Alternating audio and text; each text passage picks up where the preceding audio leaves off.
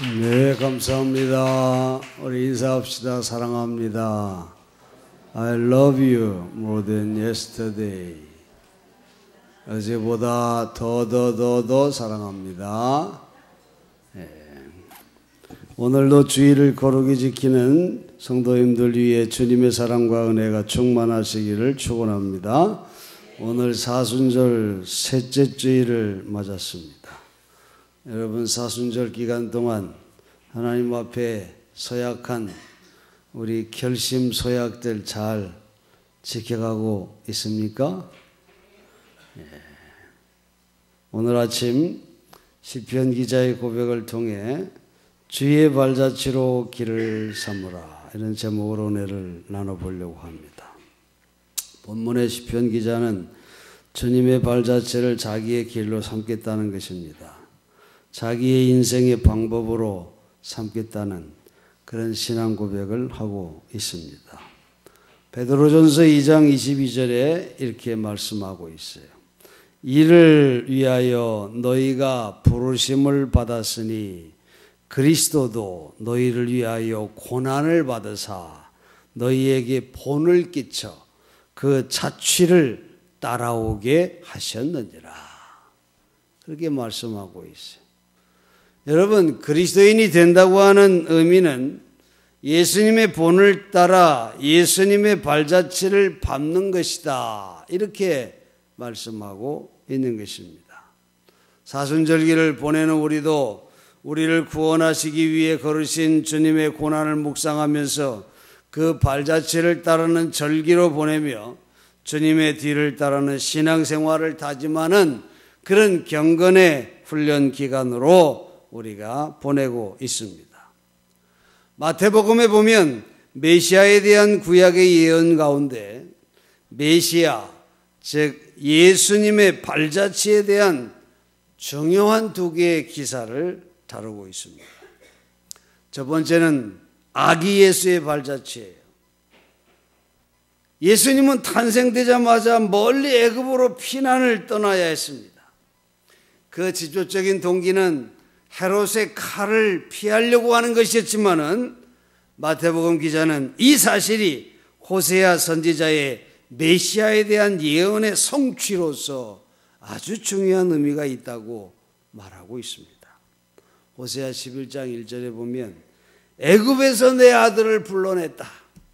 메시아에 대한 예언을 그렇게 하고 있어요. 애굽에서 내 아들을 불러냈다. 이 예언이 아기 예수의 애굽 행에서 이루어졌다고 하는 그런 말씀입니다. 하나님은 독생자 예수 그리스도를 인류 구원의 속죄양으로 이 땅에 파견하시고 제일 먼저 하신 일이 이 어린 양으로 하여금 이스라엘 백성의 지난날의 발자취를 다시 밟게 하셨다고 하는 것이 바로 마태복음의 해석인 것이. 인류 구원의 도구로 쓰시려고 하나님이 먼저 택한 백성 이스라엘의 기후는 야곱입니다. 그들은 기근을 피해서 요셉이 애굽의 총리로 있을 때 애굽으로 이민을 하지요. 거기서 살다가 노예로 전락하게 되고 430년이라고 하는 긴 세월을 애굽에서 보내게 됩니다.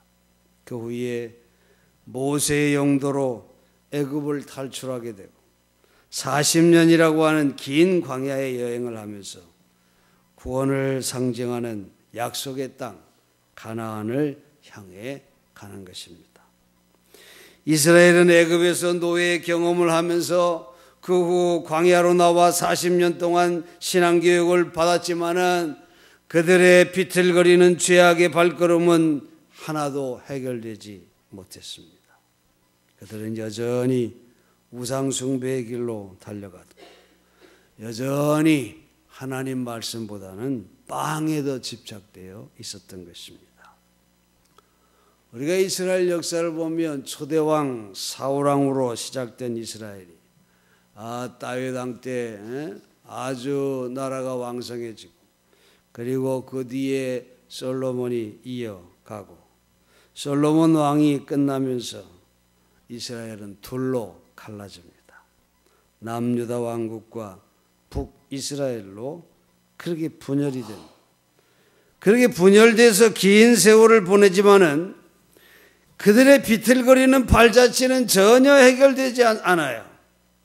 물질을 우상으로 하고 하나님을 배반하는 죄악의 역사 끊임없이 반복되어 가고 있는 것입니다.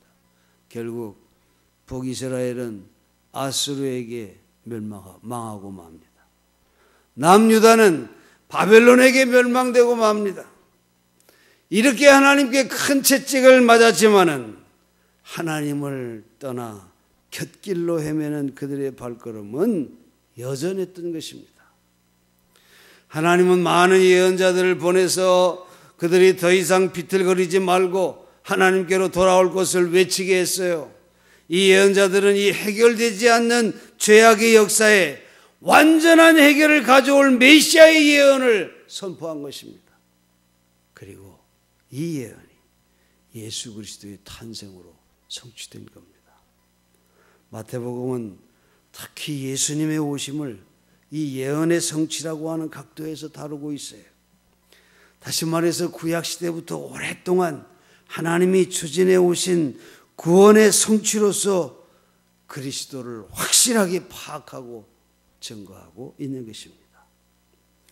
인간의 죄악을 용서하시는 제물로 오신 예수가 탄생하자마자 하신 일이 바로 과거의 죄된 발자취를 다시 밟는 일이었다고 하는 것은 정말 중요한 의미가 있는 것입니다. 애굽으로 갔다가 가나안 땅인 팔레스타인으로 행진하는 이 아기 예수의 발걸음은 아직도 이스라엘이 해결하지 못한 죄악의 발자취를 다시 밟음으로써 한 발자국 한 발자국 그 죄악의 발걸음을 지우고 새 길을 만드시는 하나님의 계획이었다고 하는 것을 증거하고 싶은 것이 마태복음의 해석인 것입니다. 그리고 이런 사실은 바로 용서의 선지자, 사지의 선지자인 호세아에 의해 이미 예언된 사실이라고 하는 사실을 지적하고 있다는 것입니다. 사랑하는 성도 여러분, 이러한 증거는 우리의 비틀거리는 죄악의 발자취를 다시 밟아서 새 발자취를 만들어 주시고자 하시는 그분이 바로 예수 그리스도이심을 우리에게도 증거하고 있는 것입니다. 나의 죄악의 과거를 다시 밟아주시는 예수님. 여러분, 우리가 그런 그리스도를 깨달은 사람은 이번에는 나도 새 사람으로 새 길을 열어주신 예수님의 발자취를 따라야 되겠다, 이렇게 결심하지 않을 수가 없다는 것입니다. 우리의 과거를 다 아시고 이해해 주시는 주님이십니다. 내 눈물을 아시고 내 약함과 나의 비틀거림을 아시고 그것을 다 맡아주시고 대신 짊어주신 우리 주님이십니다. 그리고 기억하고 싶지도 않고 창피하고 추한 내 죄악의 발자국을 깨끗하게 지워주시는 주님이십니다. 주님의 용서와 사랑과 이해와 너그러움과 그 희생의 발자취를 나의 새 발자취로 삼는 것이야말로 진정으로 예수의 뒤를 쫓는 거듭난 성도의 신앙생활이 아닐 수가 없는 것입니다. 헝가리 작곡가로 피아노 귀신이라고 불리우는 리스트가 한 호텔에 묵었을 적에 농담을 좋아하는 그는 외국인 숙박 카드에 이렇게 적어 놓았다 그래요. 직업, 음악가, 탄생지, 파르나소스, 출발지, 방랑의 나라, 행선지, 진실의 나라, 이렇게 썼다는 게. 그렇습니다, 여러분. 우리도 죄악에서 헤매이던 방랑의 나라에서 이제 주님의 발자취를 나의 길로 삼아서 진실의 나라로 향해 가는 그런 주님의 자녀가 되어야 하지 않겠습니까? 나의 방랑의 과거를 다시 밟아주신 주님은 이제 사랑의 십자가를 지고 나의 발자취를 너의 길로 삼으라, 그렇게 우리에게 말씀하고 있다고 하는 것입니다. 두 번째로 마태복음은 예수 그리스도에 대한 예언이 다윗의 시인 시편 110편에서 증거되었음을 마태복음 22장 42절 이하의 바리새인들과의 논쟁에서 예수님 자신이 인용하고 있는 것을 기록하고 있습니다. 예수님은 바리새인들에게 이 세상에 오실 구세주가 누구의 자손에서 태어날 것이냐고 묻습니다. 이것은 유대인이라면 아이들도 대답할 수 있는 질문입니다. 구약성경 여러 곳에 장차 오실 메시아는 다윗의 자손으로 나타나실 것임을 예언하고 있기 때문에 그렇습니다. 소경 바디메오가 예수님의 지나가는 행렬을 보고 소리를 쳐 예수님을 부릅니다. 다윗의 자손 예수여, 나를 볼싸게 여기소서. 여러분, 그렇게 외치는 것은 바로 예수님이 구약에 예언된 우리를 구원하실 구세주 메시아이심을 고백하고 있는 그런 외침이지요. 시편 110편 1절에 다윗이 장차 오신 메시아를 나의 주님이라 이렇게 부르면서 예언하고 있기를, 예수께서 내 주께 이르시되 내가 내 원수를 내 발 아래 둘 때까지 내 우편에 앉았으라, 그렇게 말합니다. 주님의 이 인용은 바리새인들을 화나게 했습니다. 결국 예수를 죽여야겠다고 하는 결심으로 이끈 동기가 된 것입니다. 메시아를 다윗이 주님이라고 불렀으니 다윗보다 높은 자는 하나님 이외에는 없는데 예수 자신을 사람들이 메시아라고 말하고 있으니 그럼 예수는 다윗보다 높은 하나님 자신이 된다고 하는 뜻이냐? 거기에 이 바리새인들이 반발을 한 게 더욱이 신경을 건드린 것은, 다윗이 예언한 이 메시아는 원수들을 그 발 아래 밟게 될 것이라고 하는 내용, 바로 그 내용이 더 발끈하게 한 것입니다. 바리새인들은 이미 예수님과 정면으로 대립되어 있기 때문에 메시아 호칭을 받는 예수 자신이 원수들을 발 아래 둘 것이라고 말하는 것은 이미 예수가 승리를 공언하는 그런 내용이기 때문인 것입니다. 그런데 이 말씀을 하시는 예수님은 아주 담대했습니다. 자신에 넘쳐 있었다고 하는 것입니다. 눈앞에 십자가가 다가오고 있는 그런 시점이었는데도 예수님의 발자취는 힘이 있었습니다. 모든 원수를 짓밟을 만한 용기로 가득 차 있었던 것입니다. 성도 여러분, 우리는 이러한 예수의 발자취를 따라가야 하는 것입니다.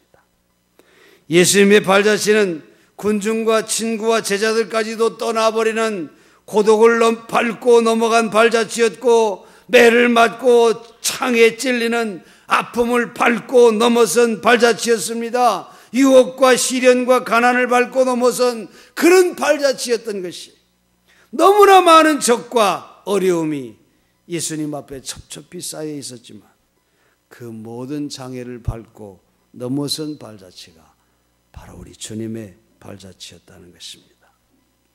요한계시록이 표현한 대로 예수님의 발은 풀무불에 단련한 빛난 주석과도 같은 그런 발자취였습니다. 여러분, 사순절에 우리는 이 주님의 발자취를 우리의 발자취로 삼아야 한다는 것입니다. 예수님의 발자취는 결코 뛰어넘는 점프가 없어요. 한 발자국 한 발자국 그 고통과 아픔과 고독의 험한 길을 그대로 밟고 가셨습니다.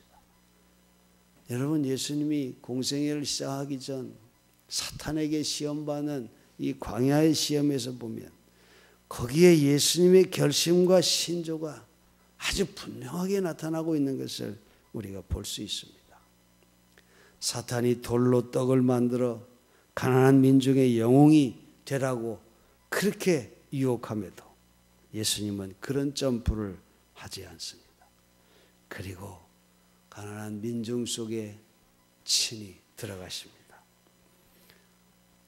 성전에서 또 뛰어내려 가지고 말이죠, 천천만만의 천사가 너의 발을 땅에 부딪히지 않게 받들어, 그래서 그 장면이 얼마나 대단한 장관이요, 최고의 영예가 될 세상의 영광을 네가 한 몸에 다 받을 거다 말이지. 이런 사탄의 유혹에도 주님은 그런 점프를 하지 않으셨습니다.